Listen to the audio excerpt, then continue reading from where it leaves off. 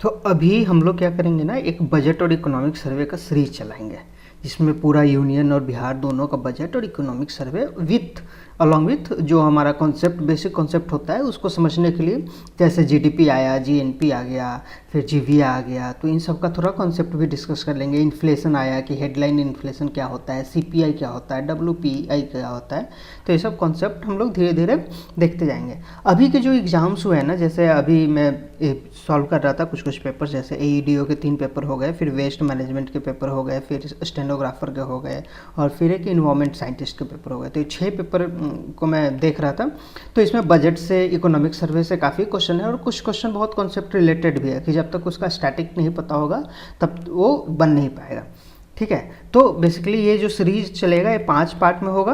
पहला पार्ट क्या होगा, हम लोग बजट का स्टैटिक देखेंगे कि बजट कैसे, बजट का पूरा प्रोसेस फ्लो क्या होता है, फिर बजट का क्लासिफिकेशन कैसे करते हैं, फिर हम लोग देखेंगे factual part of the union budget, फिर देखेंगे यूनियन इकोनॉमिक सर्वे, फिर यहाँ हम लोग इकोनॉमिक के कॉन्सेप्ट भी डिस्कस कर लेंगे, जैसे जो सीपीआई हो गया, डब्ल्यूपीआई हो गया, फिर जीडीपी क्या होता है, फिर सबका बेस ईयर चेंज हुआ है, फिर और इसमें इन्फ्लेशन वगैरह भी था कि हेडलाइन इन्फ्लेशन ये सब क्या होता है, तो वो सब यहाँ डिस्कस करेंगे।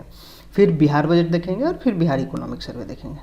ठीक है, तो आते हैं पहला पार्ट पे, बजट स्टैटिक पे। तो सबसे पहले क्या है क्वेश्चन कि बजट क्या है। ठीक है, बजट क्या है कि budget is an estimate of income and expenditure, मतलब जो इनकम आ रहा है उसका और जो एक्सपेंड होने वाला है उसका for a future period of time. समझ गए, जैसे मान लीजिए कि घर में अगर कोई शादी वगैरह होता है तो उसमें हम लोग भी बजट बनाते हैं कि जैसे मान लो यहाँ से इतना पैसा आएगा और यहाँ इतना पैसा जाएगा, और कुछ पैसा हम लोग रिजर्व में रखेंगे कि अगर कोई मतलब मान लो इमरजेंसी कंडीशन आ गया जैसे, उसके लिए रखेंगे। तो यही बजट है। और ये जो रिजर्व है ना, इसको आप कंटिजेंसी फंड से मान सकते हैं कि कंटिजेंसी फंड को हम एज अ रिजर्व रखते हैं फॉर इमरजेंसी यूज के लिए। ठीक है, अब सबसे पहला इसमें फैक्ट जो है कि बजट जो है वो ना कॉन्स्टिट्यूशन में कहीं मेंशन नहीं है।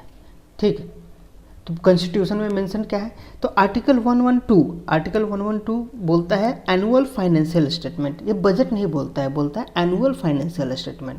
तो बजट कहीं मेंशन नहीं है, क्या मेंशन है, एनुअल फाइनेंशियल स्टेटमेंट। ठीक, अब आगे पढ़ते हैं आर्टिकल को।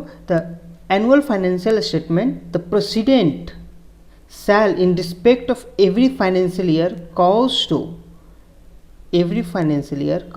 to be laid before both the houses of parliament। ठीक है, मतलब president is responsible. Who is responsible for annual financial statement, मतलब कि जो बजट है उसको प्रेजेंट करने का रिस्पॉन्सिबिलिटी किसका है, प्रेसिडेंट का रिस्पॉन्सिबिलिटी है। लेकिन प्रेजेंट कौन करता है, फाइनेंस मिनिस्टर प्रेजेंट करती है। तो फाइनेंस मिनिस्टर प्रेजेंट करती है ऑन बिहाफ ऑफ प्रेसिडेंट। ठीक है, इससे ये क्लियर हो गया कि प्रेसिडेंट के बिहाफ पे बजट प्रेजेंट होता है। प्रेजेंट कौन करता है, फाइनेंस मिनिस्टर करता है। तो 3 फैक्ट हो गया कि बजट कहीं मेंशन नहीं है कॉन्स्टिट्यूशन में, बजट की एनुअल फाइनेंशियल स्टेटमेंट मेंशन है, कौन प्रेजेंट करता है, फाइनेंस मिनिस्टर प्रेजेंट करती है, लेकिन किसके बिहाफ पे करती है, प्रेसिडेंट के बिहाफ पे करती है। तो 3 फैक्ट याद रखिएगा। ठीक है, आगे पढ़ते हैं कि both the houses of parliament a statement of estimated receipt and expenditure.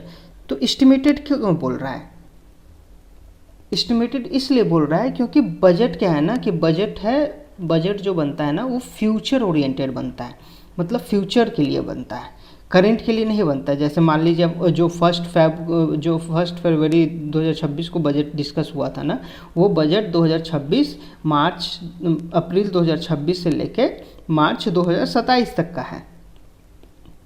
ठीक है, तो बजट इज फ्यूचर एस्टिमेट्स, इसलिए यहाँ पर बोल रहे हैं कि estimated receipt and expenditure of the government of India for that year in this part referred as the annual financial statement.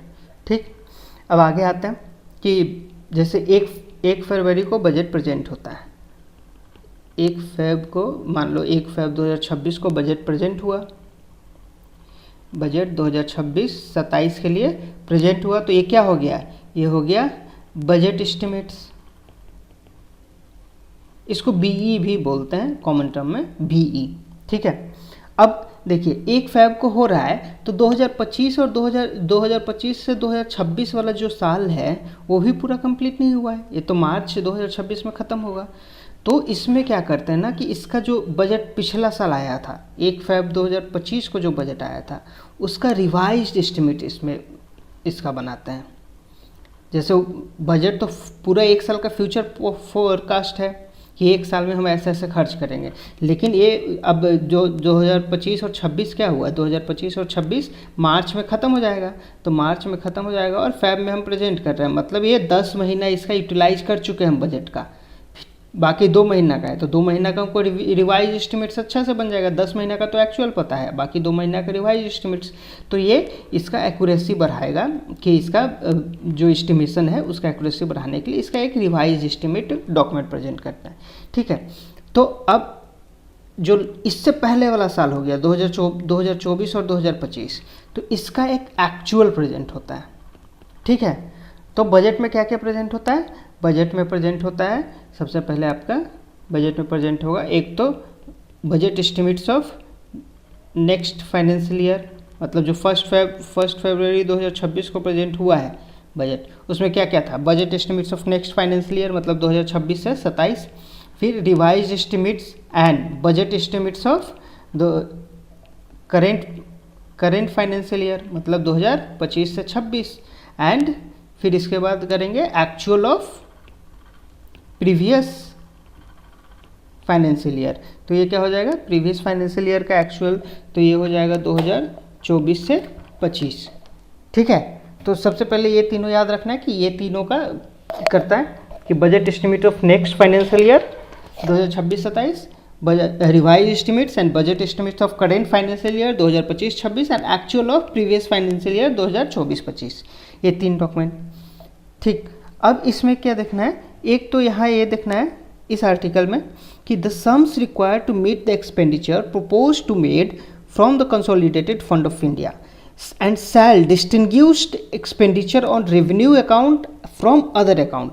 जैसे बजट का हम लोग देखते हैं ना कि बजट का जो क्लासिफिकेशन होता है, तो इधर रेवेन्यू अकाउंट लिख देते हैं, इधर कैपिटल अकाउंट लिख देते हैं, तो ये बोलता है कि revenue account from the other expenditure, यहाँ पर कैपिटल का मेंशन नहीं है, तो कैपिटल हम लोग बाई कन्वेंशन लेते हैं।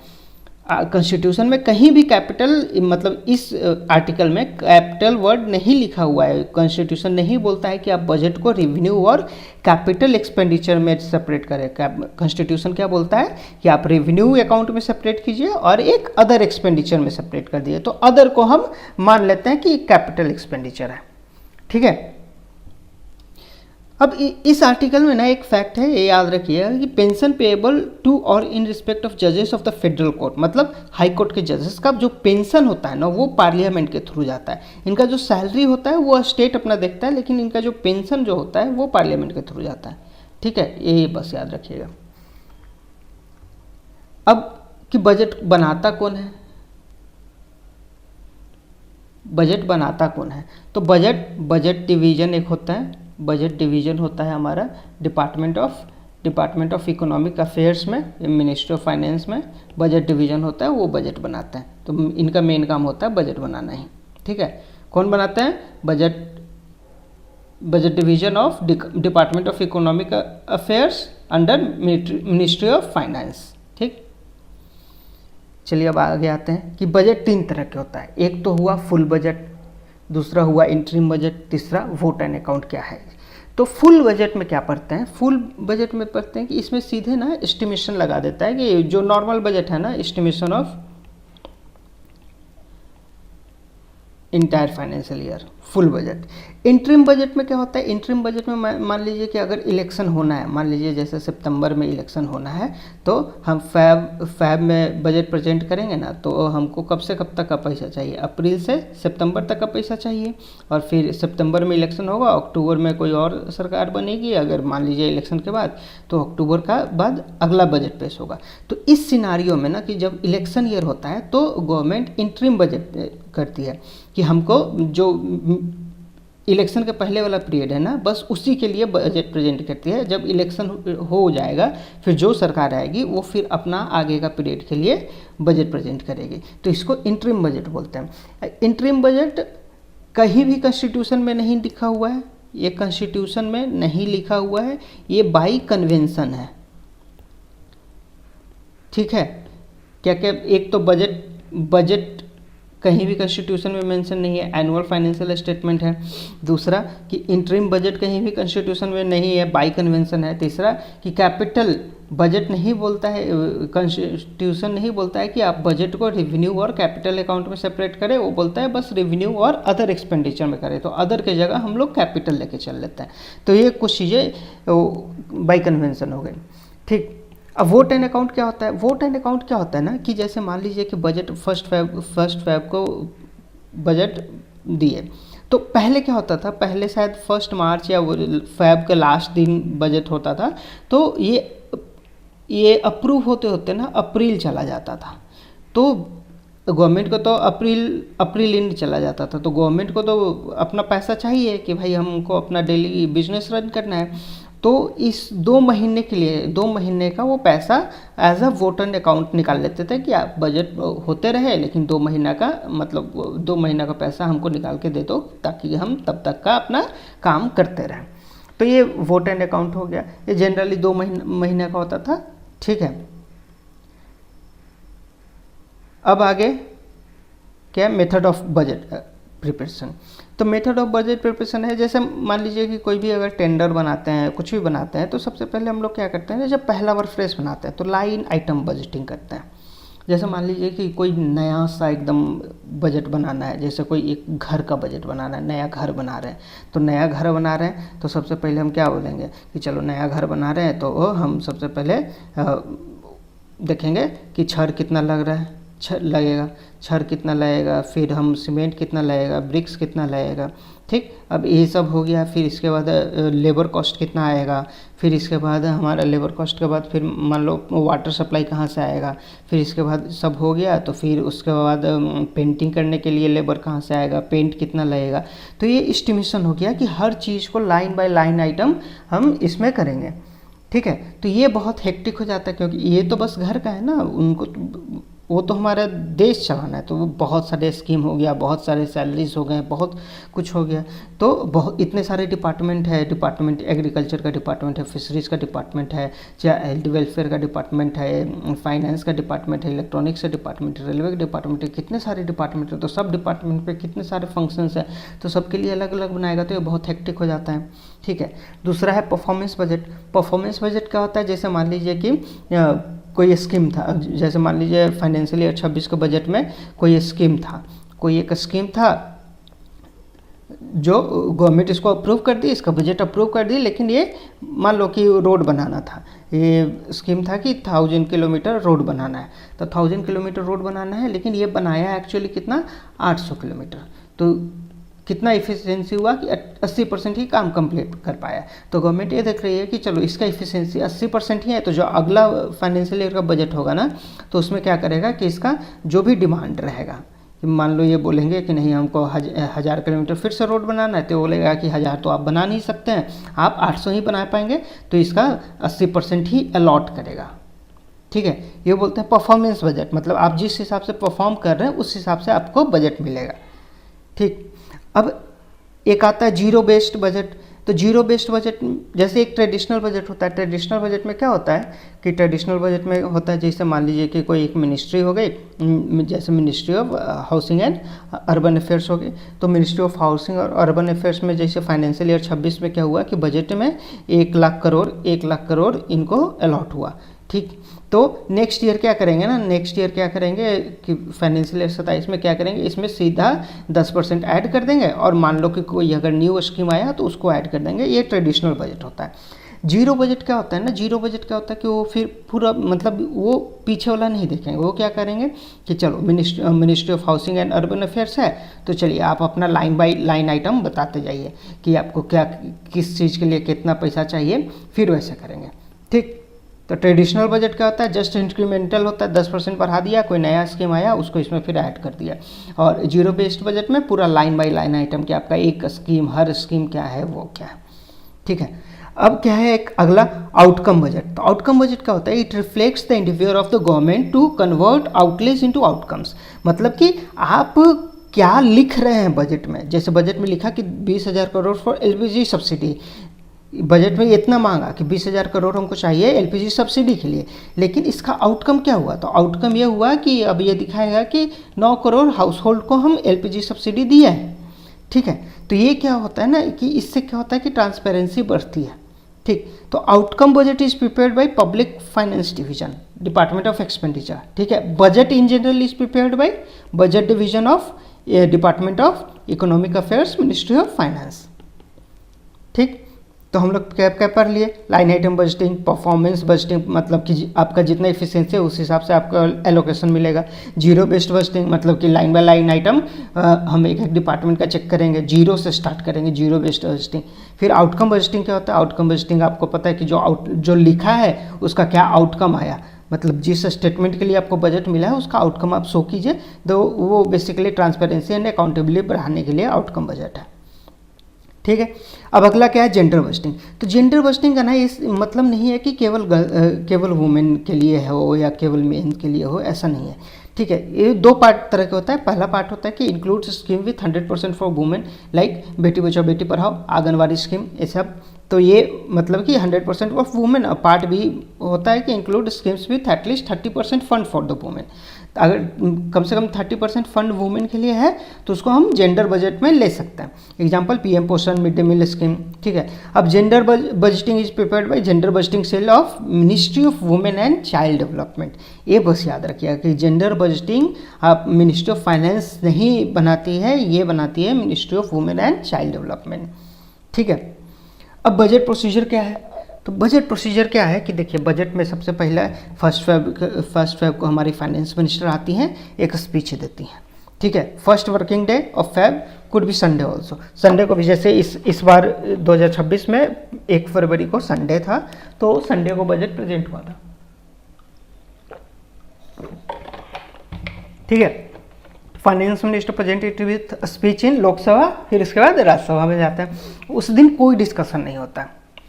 ठीक, तो बजट का डॉक्यूमेंट भी प्रेजेंट होता है। तो बजट के डॉक्यूमेंट में क्या होता है? Annual financial statement. Annual financial statement क्या क्या रहेगा? एनुअल फाइनेंशियल स्टेटमेंट में रहेगा budget estimates of current financial year, budget estimates and revise estimates of previous financial year and actual of उसके पहले वाला फाइनेंशियल ईयर। ठीक है, फिर इसमें डिमांड फॉर ग्रांट्स रहेगा, अप्रोप्रिएशन बिल रहेगा, फाइनेंस बिल रहेगा, statement mandated under FRBM act, मतलब fiscal responsibility budget management act है, उसमें 4 स्टेटमेंट मेंशन है। Medium term physical policy statement, physical policy strategy statement, macro economic framework statement and medium term expenditure framework statement. तो ये 4 document भी इसमें आता है। ठीक है, तो बजट डॉक्यूमेंट में क्या क्या आएगा? एनुअल फाइनेंशियल स्टेटमेंट, उसमें ये सब डॉक्यूमेंट है। Demand for grants, appropriation bill, finance bill और एफआरबीएम एक्ट का जो 4 स्टेटमेंट है वो रहेगा। ठीक, अब बजट फ्लो क्या होता है? बजट फ्लो सबसे पहले इंट्रोडक्शन होगा, मतलब बजट प्रेजेंट होगा, फिर जनरल डिस्कशन होगा, फिर स्क्रूटनी बाय डिपार्टमेंटल कमेटी क्या करेगा? जनरल डिस्कशन होगा ना, तो डिपार्टमेंटल कमेटी क्या करेगा? फिर हर डिपार्टमेंट का एक उठाएगा टॉपिक, फिर उसको स्क्रूटिनाइज करेगा कि कहीं कोई मतलब गड़बड़ चीज़ तो नहीं लग रहा है, बजट जो मांग रहे हैं वो मतलब जस्टिफाइड है कि नहीं। ठीक है, अब फिर ये जो हुआ, अब फिर कमेटी रिपोर्ट सबमिट करेगी, फिर उस पर वोट होगा कि जैसे जो मिनिस्ट्री जितना पैसा मांग रहा है उस पर vote on demand for grants होता है। ठीक है, फिर इसके बाद अप्रोप्रिएशन बिल अप्रूव होगा।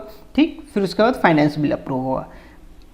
ठीक है, ये जनरल प्रोसेस है। अब देखिए, इसी पे एक क्वेश्चन पूछ दिया है। ये जो हमारा वेस्ट मैनेजमेंट का क्वेश्चन, वेस्ट मैनेजमेंट ऑफिसर का एग्जाम हुआ था, वेस्ट मैनेजमेंट ऑफिसर्स का, उसमें एक क्वेश्चन पूछ दिया है कि in India enactment of the budget in the parliament goes through the which of the 5 stages. ठीक, तो सबसे पहला जनरल इंट्रोडक्शन होगा।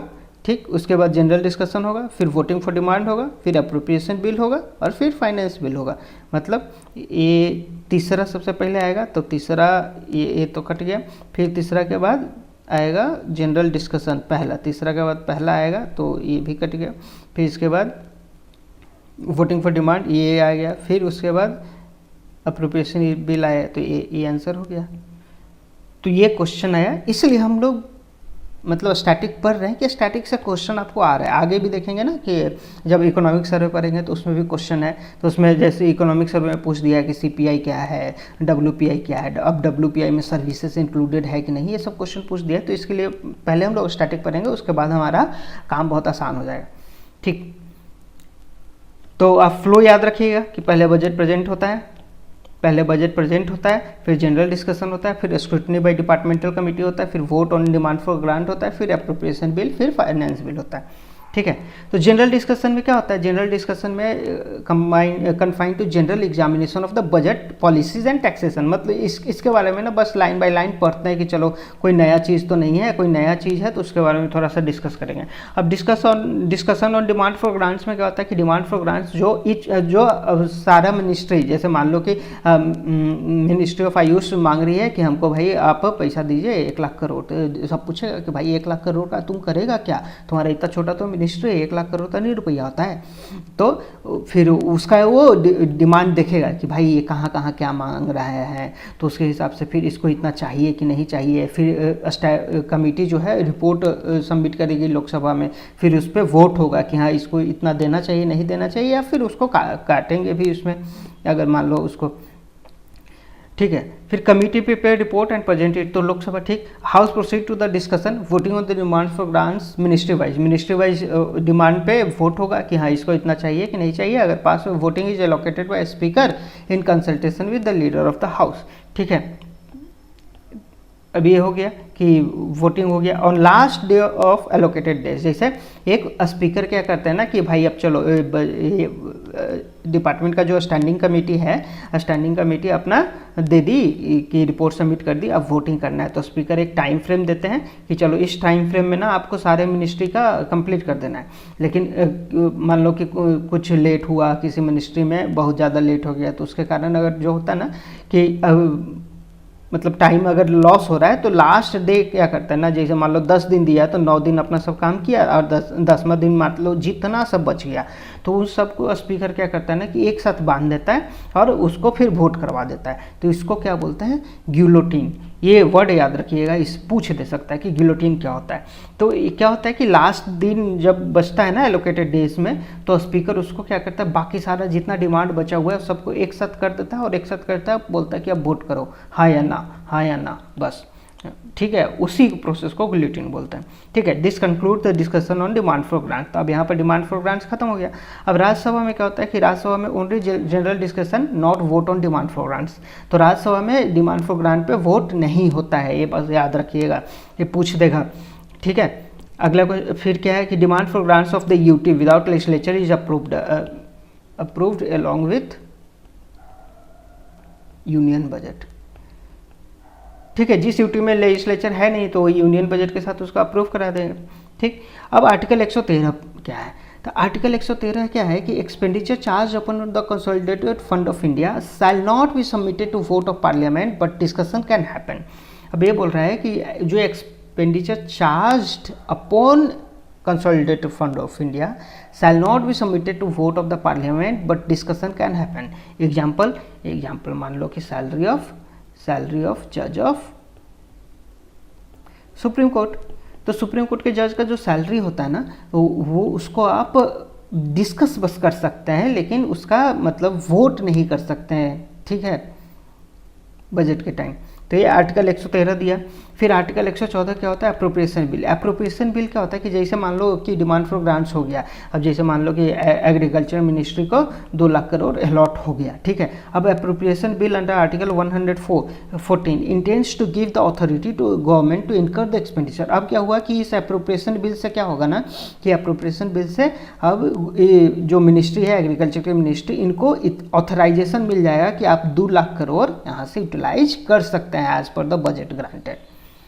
ठीक है, अब फिर क्या है आगे? फाइनेंस बिल आर्टिकल 110 में है मेंशन। अच्छा, आर्टिकल 109 क्या है? आर्टिकल 109 या आप पढ़ लीजिएगा।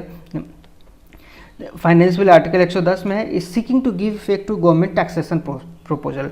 मतलब मान लो कि कोई नया टैक्स प्रोपोजल आया तो उसको इफेक्ट देने के लिए हम एक फाइनेंस बिल वो लोग इंट्रोड्यूस करते हैं। ठीक है, अब जैसे मान लो कि बजट तो फर्स्ट फेब को अप्रूव हुआ है, तो इस दिन से हम टैक्सेशन मतलब वो थोड़े है कि रोक देंगे, लेकिन टैक्सेशन चलते रहेगा। तो जैसे देखो कि certain provisions of the bill related to levy and collection duties comes into effect immediately after the day on which the bill is introduced. ठीक है, अब वो क्या होता है कि जैसे ही बिल इंट्रोड्यूस्ड हो गया ना, उसका इफेक्ट उस समय से चालू हो जाएगा। तो under provisional collection of the taxes act 1931 the parliament has to pass the bill within 75 days. अब बोला कि बिल जैसे ही आया उसका थोड़ा सा जो प्रोविजंस है टैक्स कलेक्शन का उस समय से चालू हो जाएगा, और बाकी सब अपना जब अप्रूव होगा तब वहाँ से तब उस हिसाब से वो टैक्स करेगा।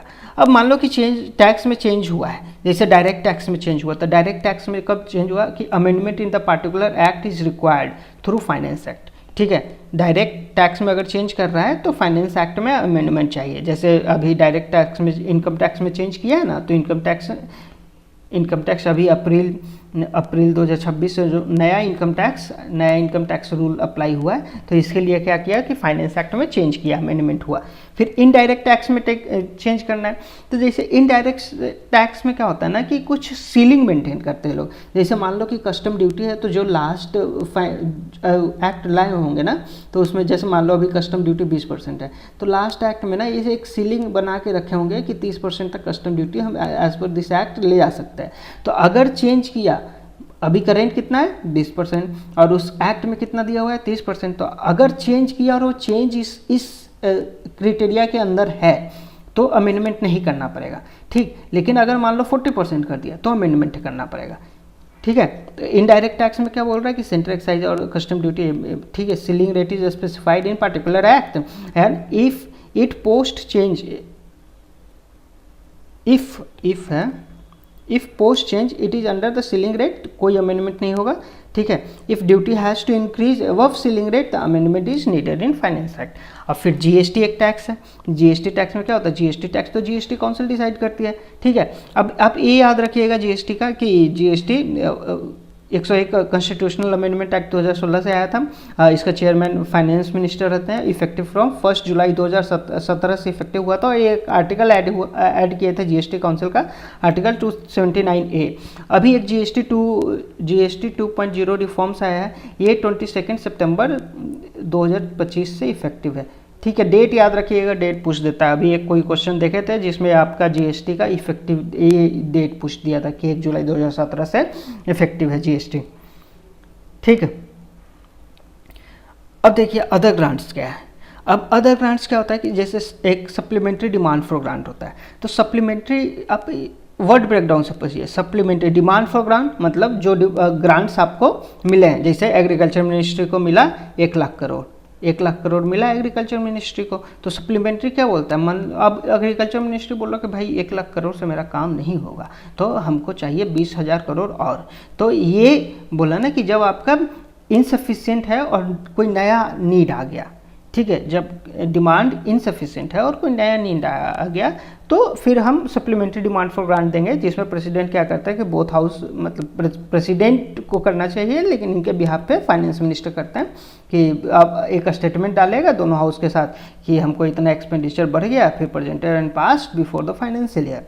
फिर एक है demand for excess grant. Demand for excess grant मतलब जो ग्रांट था उससे एक्सेस खर्चा कर दिया, मतलब money spent, already spent excess then authorised.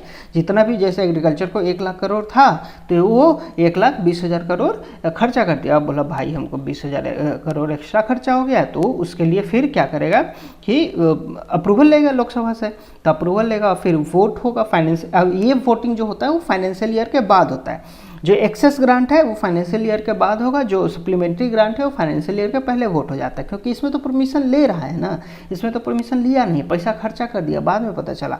अब ठीक है, अब बाद में पता चला तो एक पॉइंट ऑफ डाउट भी आ गया कि भाई वो सही जगह खर्चा किए है कि नहीं, कि उड़ा दिए।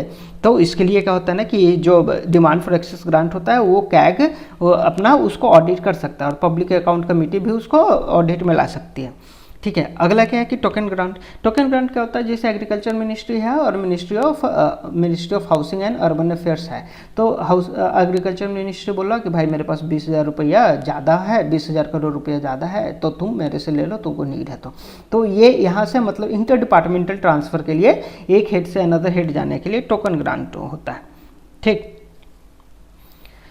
अब पढ़ते हैं गवर्नमेंट अकाउंट। तो गवर्नमेंट अकाउंट पता है कि 3 तरह का होता है, consolidated fund of India, public account of India and contingency fund of India. लेकिन आर्टिकल याद है, तो आर्टिकल भी याद करना जरूरी है। जैसे article 266, the consolidated fund and the public accounts of India. 266 क्या बोलता है, कंसोलिडेटेड फंड और public account of India. Consolidated fund में क्या होता है, कंसोलिडेटेड फंड में रिसिप्ट जो आता है, टैक्स, डिविडेंड आया, लोन्स आया, फिर एक्सपेंडिचर यहाँ से day to day business of the ministry, repayment of the loan to state and UTs.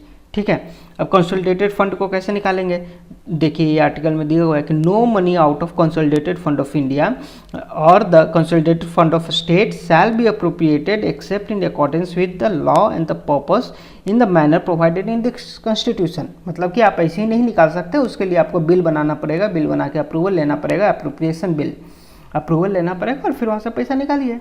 Appropriation bill article 113 ही है ना, अरे भूल जाते हैं यार, नहीं 114 है, वही डाउट हो रहा था। Appropriation bill article 114। ठीक है। Consolidated fund of India.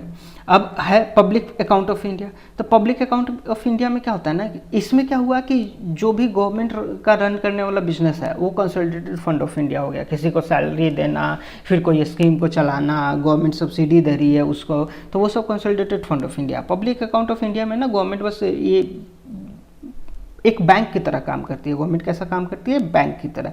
इसमें आदमी लोग अपना पैसा जमा करेगा, जैसे पीएफ हो गया, पीपीएफ हो गया, कोई सेविंग स्कीम हो गई, जैसे सुकन्या समृद्धि योजना हो गया।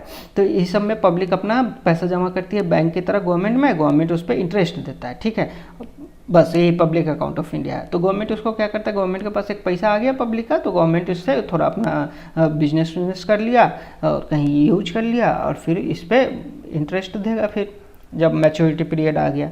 फिर एक होता है contingency fund of India. Contingency fund of India article 267 याद रखिएगा, 266 कंसोलिडेटेड फंड ऑफ इंडिया और पब्लिक अकाउंट ऑफ इंडिया, और 267 है कंटीजेंसी फंड ऑफ इंडिया।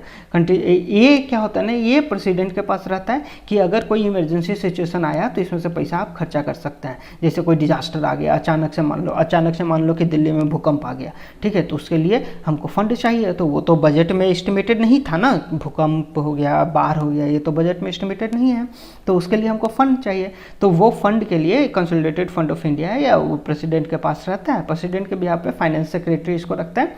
ठीक है, तो उसमें से जब प्रेसिडेंट बोलेंगे हाँ भाई इसमें से इतना लाख करोड़ यूज करना है तो इतना यूज हो जाएगा। ठीक है, अब एक आर्टिकल है कि आर्टिकल 115 यूनियन के लिए, 205 स्टेट के लिए सप्लीमेंट्री, एडिशनल और एक्सेस ग्रांट बोलता है। आर्टिकल 116 यूनियन के लिए और स्टेट के लिए, 206 vote on account, vote on credit और एक्सेप्शनल ग्रांट बोलता है।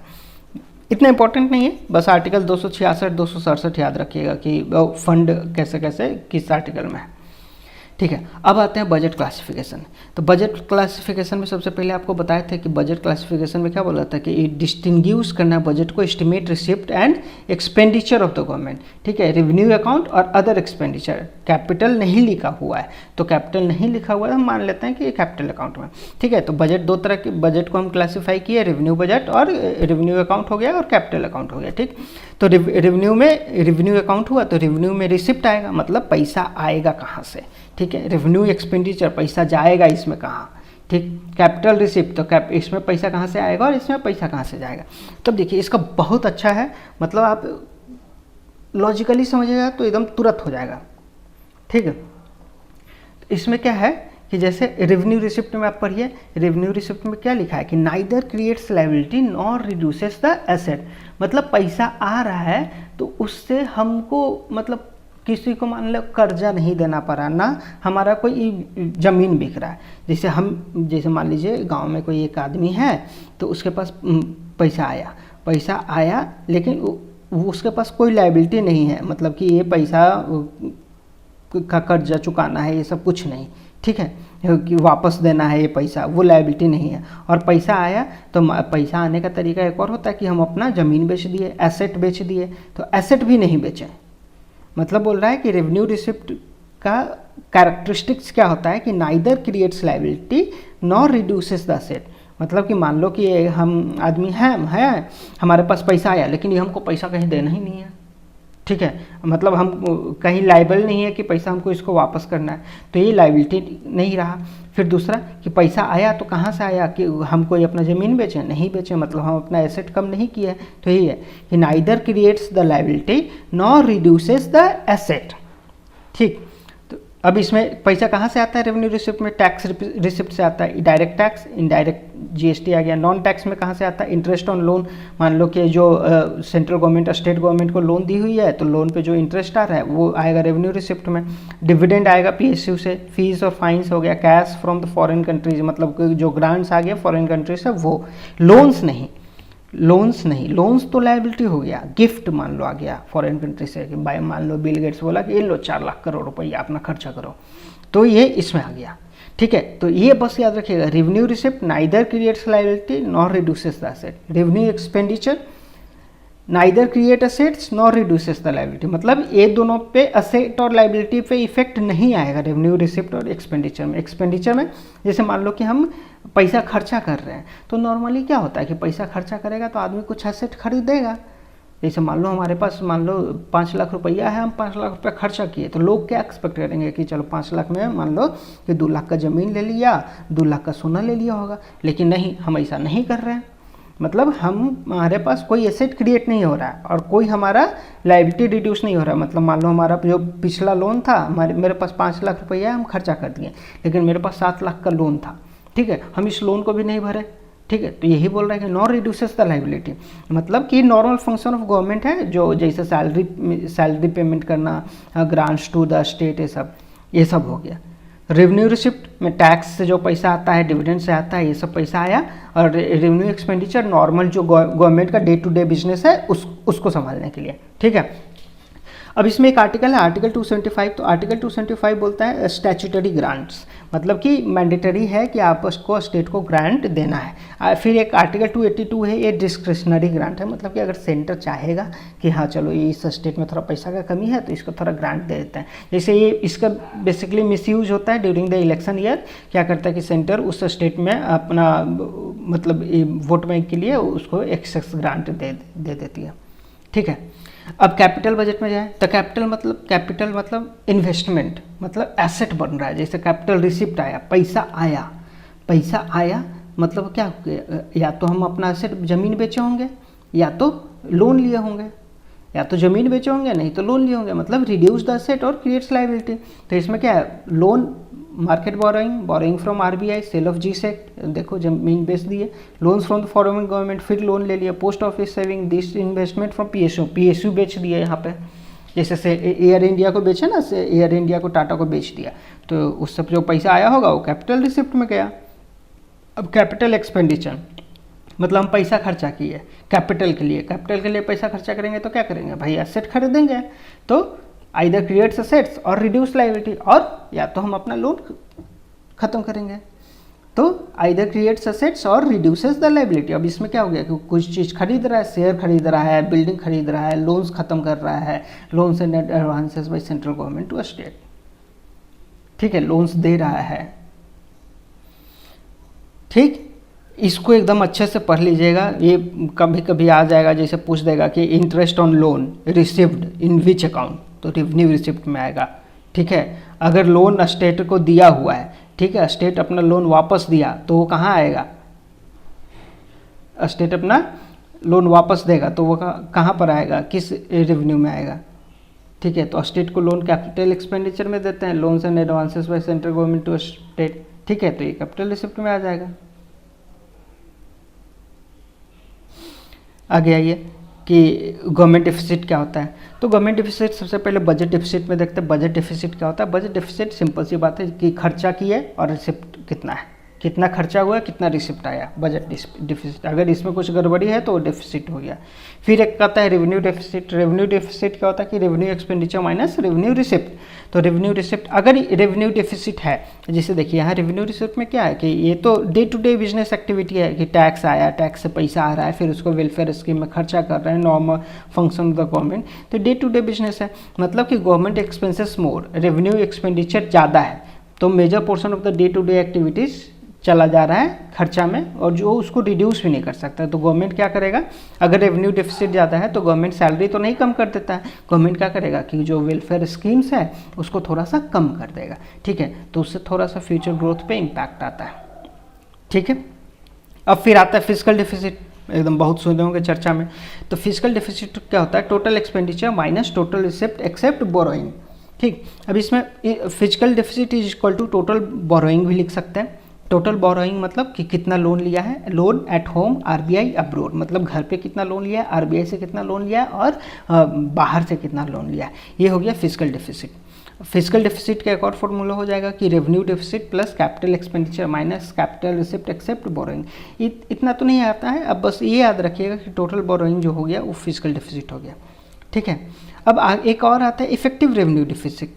इफेक्टिव रेवेन्यू डेफिसिट क्या होता है ना कि जैसे मान लो कि ये रेवेन्यू है, रेवेन्यू एक्सपेंडिचर है, तो यहाँ एक पॉइंट है कि ग्रांट्स टू स्टेट गवर्नमेंट, ठीक। अब स्टेट गवर्नमेंट को मान लो हम 4 लाख करोड़ दिया, सेंटर 4 लाख करोड़ दिया, अब इसमें से 1 लाख करोड़ स्टेट क्या किया ना कि मशीनरी खरीद लिया फैक्ट्री के लिए, तो ये तो कैपिटल हो गया ना, ये 4 लाख करोड़ दिया और 1 लाख करोड़ का मशीन खरीद लिया, तो ये तो कैपिटल हो गया, ये तो रेवेन्यू में नहीं गया, रेवेन्यू एक्सपेंडिचर नहीं हुआ। रेवेन्यू तो रहता कि जैसे मान लो कि सब वेलफेयर स्कीम में डाल देता है, तो तब रेवेन्यू एक्सपेंडिचर रहता है।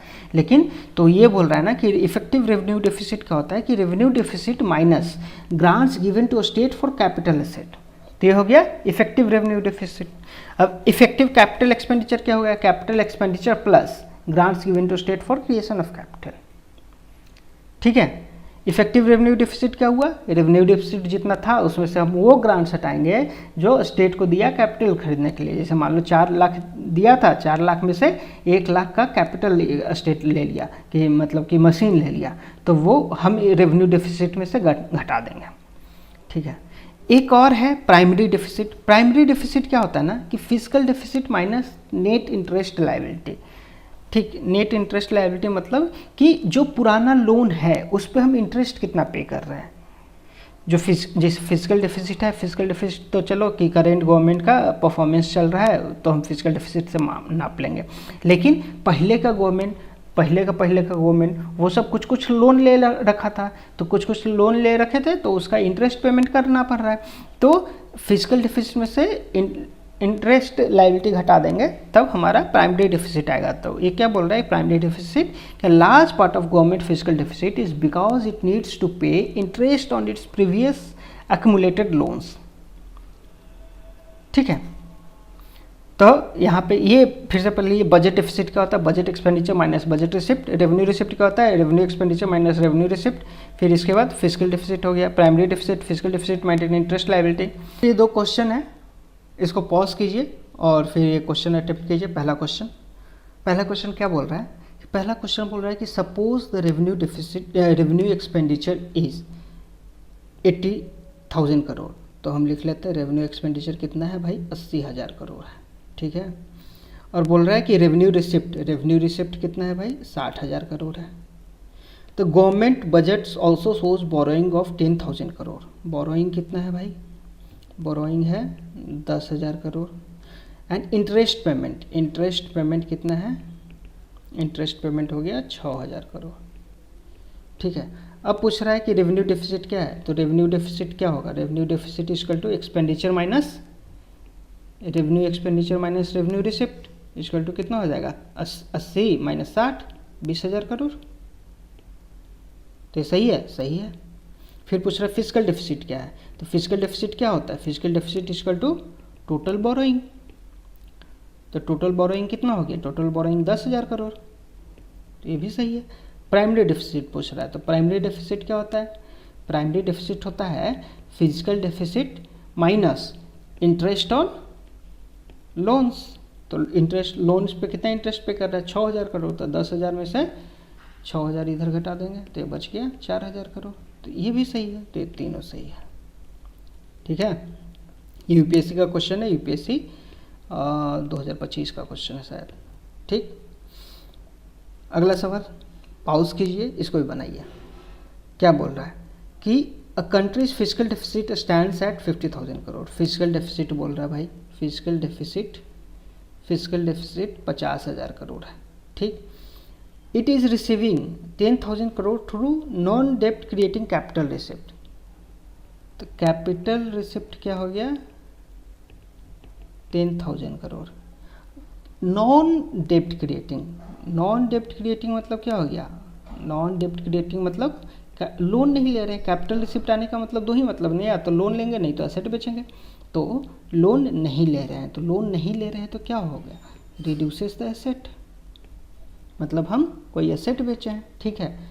अब बोल रहा है कि the countries interest liability is 1500 crore, 15,000 नहीं 1500 करोड़, ठीक।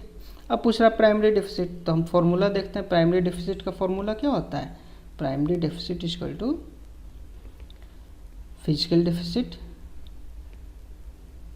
माइनस, फिजिकल डेफिसिट माइनस हो जाएगा इंटरेस्ट ऑन लोन्स। तो फिजिकल डेफिसिट कितना था, 50,000 करोड़, 50,000 माइनस 1500 इक्वल टू 48,500, 48,500 ये आंसर आ गया, ठीक है। अब बनाने के बाद लगेगा कि ये कहला दिया था, ये कैपिटल रिसिप्ट नॉन डेप्ट क्रिएटिंग, तो ये बस बहकाने के लिए दिया था कि आप क्वेश्चन गलत कर सके, बस यही आंसर है, ठीक है। तो चलिए बजट का पहला पार्ट खत्म हुआ। अब अगला पार्ट हम लोग क्या करेंगे, अगला पार्ट में हम लोग से यूनियन का बजट डिस्कस कर लेंगे, फिर उसके बाद यूनियन का इकोनॉमिक सर्वे डिस्कस कर लेंगे, ठीक है। फिर Bihar budget and Bihar economic survey, ठीक। अब इकोनॉमिक सर्वे में हम लोग बहुत कंसेप्ट डिस्कस करेंगे, अच्छे से करेंगे। तो आप बजट पढ़ लीजिए, इसके जो सवाल है वो सवाल बता दिए। अब एक दो और सवाल रहेगा जो फैक्चुअल है बजट के बेसिस पे, तो उस समय करवाते जाएंगे, ठीक। ओके।